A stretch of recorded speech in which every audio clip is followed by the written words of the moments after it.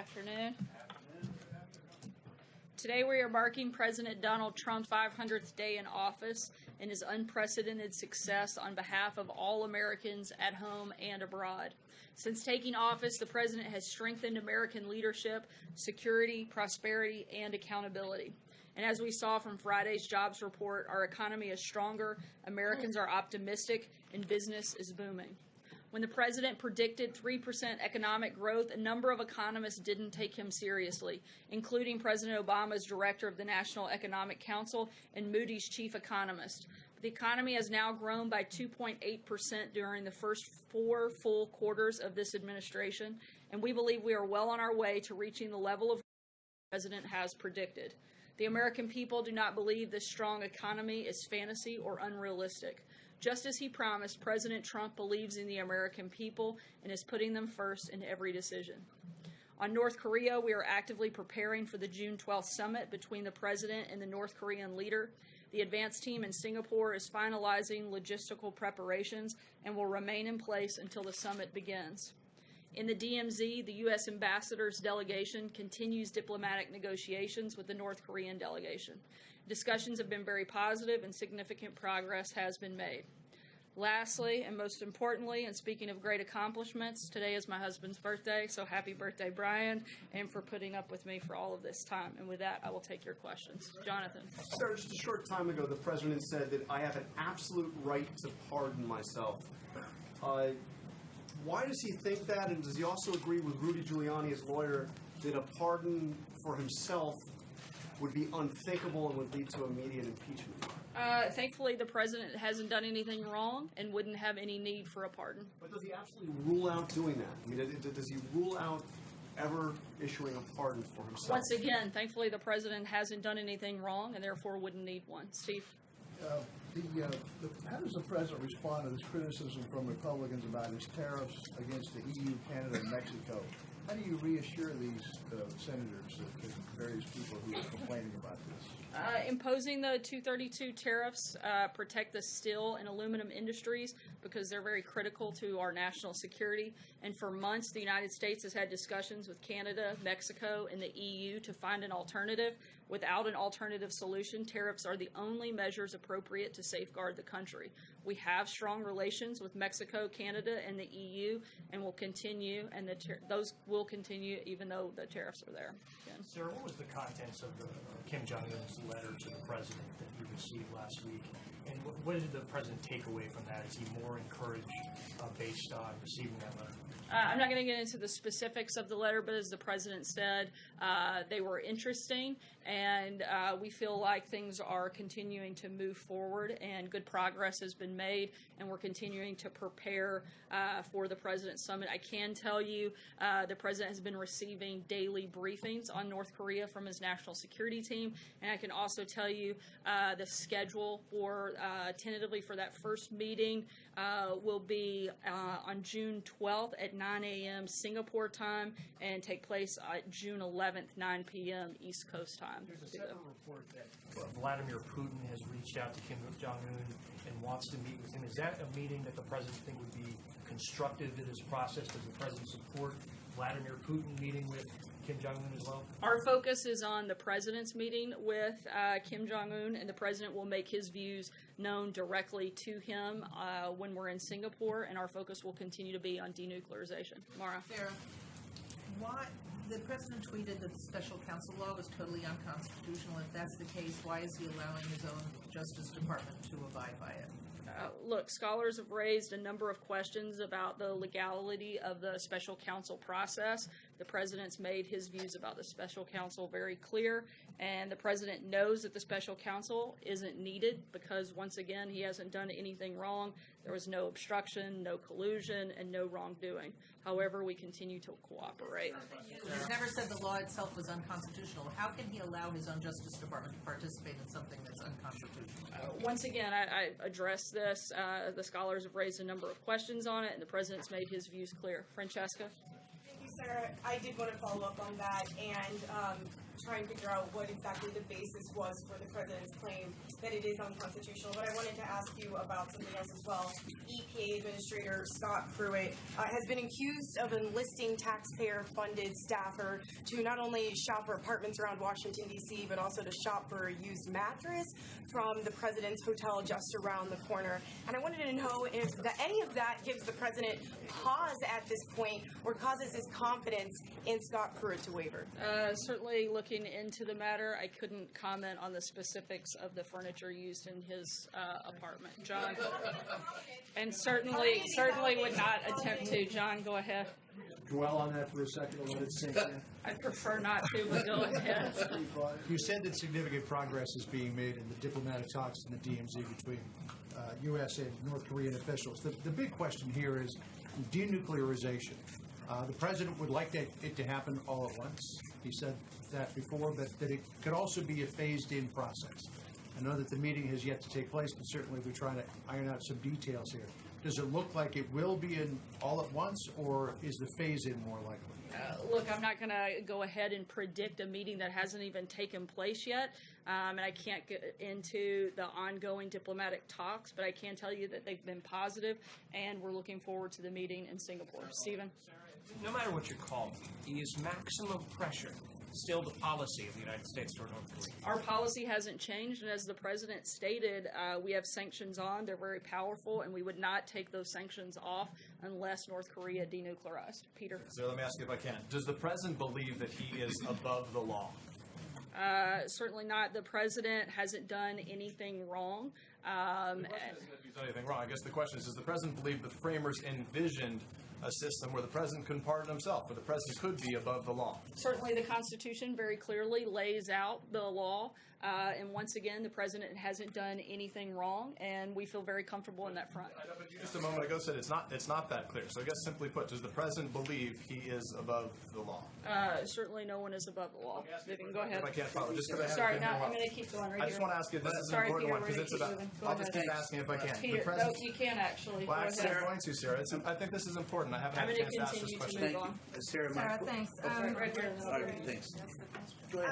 Sarah, what's the status of the tariffs on China? Does the administration still plan to move ahead with the June 15th deadline, as they stated? President Trump is taking steps to continue to reform the dysfunctional trade system that currently harms American workers and businesses, and the president is taking steps to protect U.S. technology and intellectual property from China's discriminatory and burdensome trade practices. We're going to continue in those negotiations. As you know, I put out a statement earlier this morning that those conversations continue. Ryan, we're going to keep moving. Go ahead, Brian. Two quick questions. One, I've asked this before. Is there any chance we could ever see the president come out here and take some questions from us in this briefing room? And secondly, has anyone in this administration ever asked the president? Last week you had on your agenda, an agenda where you had lower jobs coming out, lower unemployment coming out, and you also had the Second Chance Act, I think it was. And instead of those, we had to respond to presidential tweets. Has anybody ever in this administration asked him to back away from Twitter just for a day? On the first question, certainly you guys would be the first to know if the president comes out here, but thankfully he does address the press in a number of ways and in a number of venues, and we'll see if it happens here, and we'll certainly let you know. In terms of Twitter, the president uses Twitter to communicate directly to the American people. Frankly, you have the ability to choose what you want to write about, and you guys choose to write about things that the American people don't care about day in and day out, and that's a decision that you make, and frankly, I think it's the wrong one. Jordan, go ahead. We don't have the opportunity to ask him a question about that, though, Sarah. Can we at least get an opportunity to ask him a question Jordan, about go what ahead. he tweets? Thanks, Sarah. I want to ask you about the lawyer's letter to the special counsel. You said last August that the president did not dictate the statement about the Trump Tower meeting during the campaign, but the lawyers wrote to the special counsel that the president did dictate that statement. What's the reason for that discrepancy? Like you said, this is from a letter from the outside counsel, and I direct you to them to answer that question. Deborah. Information. Once again, you're referencing a letter that came directly from outside counsel, and I would refer you to them to answer that question. Deborah? After Kim Kardashian's visit, thank you, Sarah, is President Trump considering a commutation for Alice Johnson, who already has served 21 years of a life without parole sentence? The president's considering a number of different pardons and commutations, and when we have an announcement on that, we'll certainly let you guys know. John? Thanks a lot, Sarah. Since Robert Mueller was named as special counsel over a year ago, the president's team, his legal team, the Justice Department has never challenged the constitutionality of the special counsel. And yet the president today is doing just that. Why hasn't either the Justice Department or the president's legal team challenged the constitutionality? They have the right to do so in federal court, and yet they haven't done so. Again, scholars have raised a number of questions about the legality. But specifically, those two entities have not done it. The president's own lawyers have not done it, Sarah, and they can do so. You would have to ask them. I'm not here to speak on behalf of the outside counsel. What about the Justice Department? Can you speak on behalf of the Justice I would Department? refer you to the Justice Department. They have a pretty large comms team. They'd be happy to answer those questions. Steve? Sarah, I'm wondering if the White House stands by the comments that were made by the U.S. ambassador to Germany, who said that he was backing anti-establishment conservatives to take power in Europe. Seems like a very unusual thing for a U.S. diplomat to say towards friendly countries. I don't have any updates on that front at this point. Blake? Let me ask you, turn your attention back to trade for the farmers out there who care less about the politics, who have to run a business every day. There was a farmer in Iowa who told one of our crews out there this morning, he said, it's hard to know which way to jump right now. As in, they don't know what decisions they should make for their businesses because of what is playing out here in Washington, here in China, NAFTA negotiations as well. What would you tell those folks out there who are trying to run these businesses, who are trying to make a decision on which way to jump right now? Certainly, the president is trying to do everything he can to protect American farmers, American businesses, and he is negotiating with a number of countries, but also the president wants to make sure that we're ending unfair trade practices. The president has said that he wants to help protect farmers, and we're looking at a number of different ways to do that, and we're going to continue that throughout this process. Peter? Sorry, Blake, I'm going to keep going. Peter? Sorry, Sarah, I just want to come back. In August, you said you certainly didn't dictate the statement. I wonder if you could tell us the basis of your comment when you made that in August, and do you think that still stands? Is that still operative statement, or do you retract that? Once again, this is a reference back to a letter from the outside counsel. I understand, but it's also pertaining to a letter from the president's outside counsel, and therefore I can't answer, and I would direct you to them. What was your basis for saying it in August, though? Once again, I'm not going to get into a back and forth, and I would encourage you to reach out to the outside counsel. Sir, Rudy Giuliani, the president's outside lawyer, said to the Huffington Post, in no case can he be subpoenaed or indicted. I don't know how you can indict while he's in office, no matter what it is. If he shot James Comey, he'd be impeached the next day. Impeach him, and then you can do whatever you want to him. Is that appropriate language coming from the president's outside lawyer and talking about the president shooting Jim Comey in that fashion? You would have to ask Rudy Giuliani about his specific comments, but thankfully the president hasn't done anything wrong, and so we feel very comfortable in that. Josh? Go ahead, Josh. If I could ask a follow-up Sorry, question. I'm going to keep going. If I could ask a follow-up question. Who are these? Not today, Jim. Well, Go ahead, others Josh. have had follow-up questions. They haven't actually. Go ahead, Josh. They have had follow-up questions. If I could ask who these legal scholars are that you are I'm going to citing. direct the question to Josh. Go ahead. If you're saying the one thing from the podium that it wasn't dictated by the president, and as lawyers are saying something entirely different, contradicting you, how are we supposed to know what to believe? How can we believe what you're saying from the podium if the lawyers are saying it's entirely inaccurate? Once again, I can't comment on a letter from the president's outside counsel. I direct you to them to answer it. John? Sarah, the words are literally, you said he did not dictate. The lawyers said he did.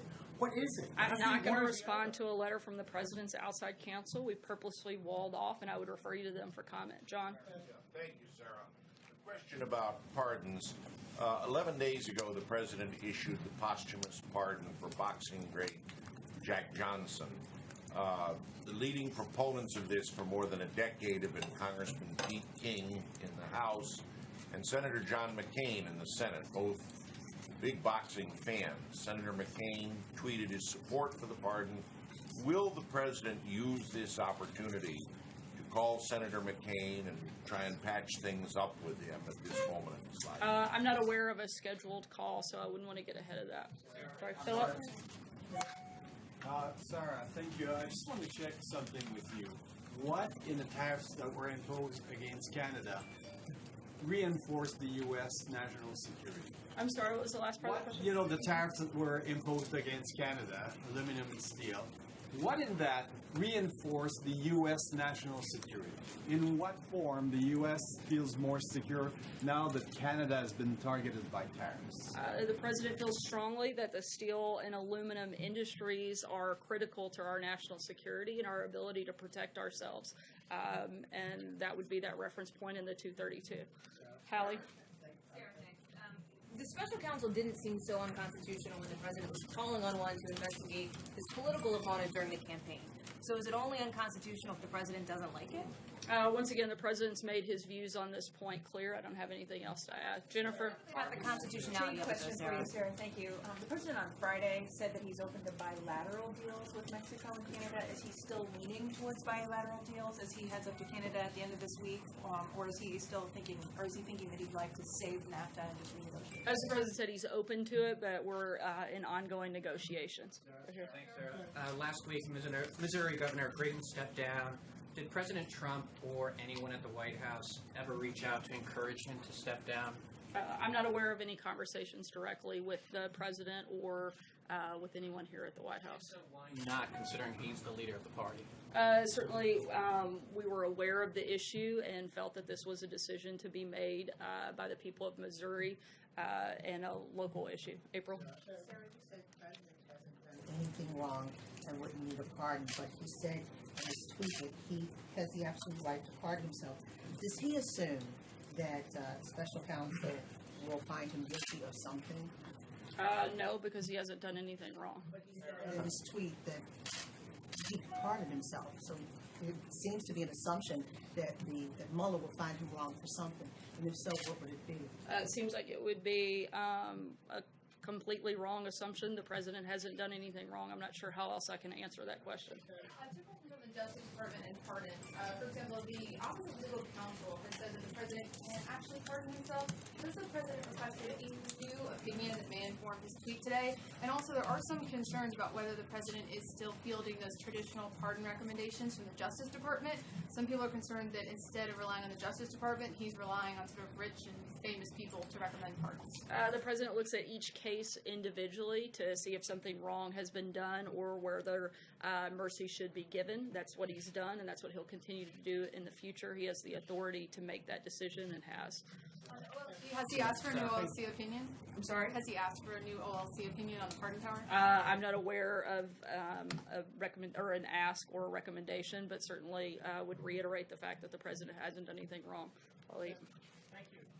What does the president think is his top foreign policy achievement in the first 500 days? I think that there have been a number of major foreign policy achievements. Certainly, I think the strengthening of relationships with a number of foreign leaders. I think that the conversation that we're looking forward to having here in the next couple of weeks is certainly a step in the right direction. Moving the embassy in Israel would certainly be on that list, being tough on Russia, being tough on trade, and making sure that countries that have engaged in unfair trade practices are held accountable. Those are just a few, but certainly I think the list is quite lengthy, and we'd be happy to provide some more details. Sayer? Sarah, can you give us a little bit more background on the pardon process? Is there a process in place at this White House to review pardons? And how did the pardon ideas of Rod Blagojevich and Martha Stewart come up? Is it simply a matter of who can gain the president's ear in order to get a pardon process? Or is there an attorney here in the White House through which these requests are funneled through, which eventually make their way up to the president? Certainly there are a number of attorneys here at the White House, and they review these matters, but ultimately the president looks at each of these cases individually and makes that decision as he has the right to do so. Take one last question. Eamon? Thanks, sir. I wanted to ask you about the president's call today with Theresa May, the Prime Minister of Great Britain, who said that the president's tariffs on the EU were, quote, unjustified and deeply disappointing, according to the British readout of their phone call today. That's what she said to the president. How did the president respond to that? The president feels very confident in his decision and will continue to make sure that the unfair trade practices that have gone on for decades do not continue, and that he's protecting the interest of American workers and American businesses. Thanks, guys. We'll see you tomorrow. I love a long briefing sometimes, sir.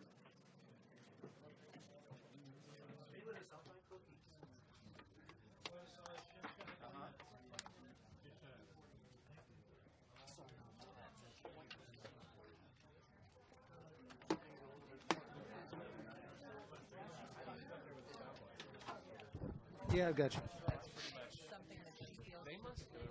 Trump must feel that. Yes, sir. For a television program. Hey.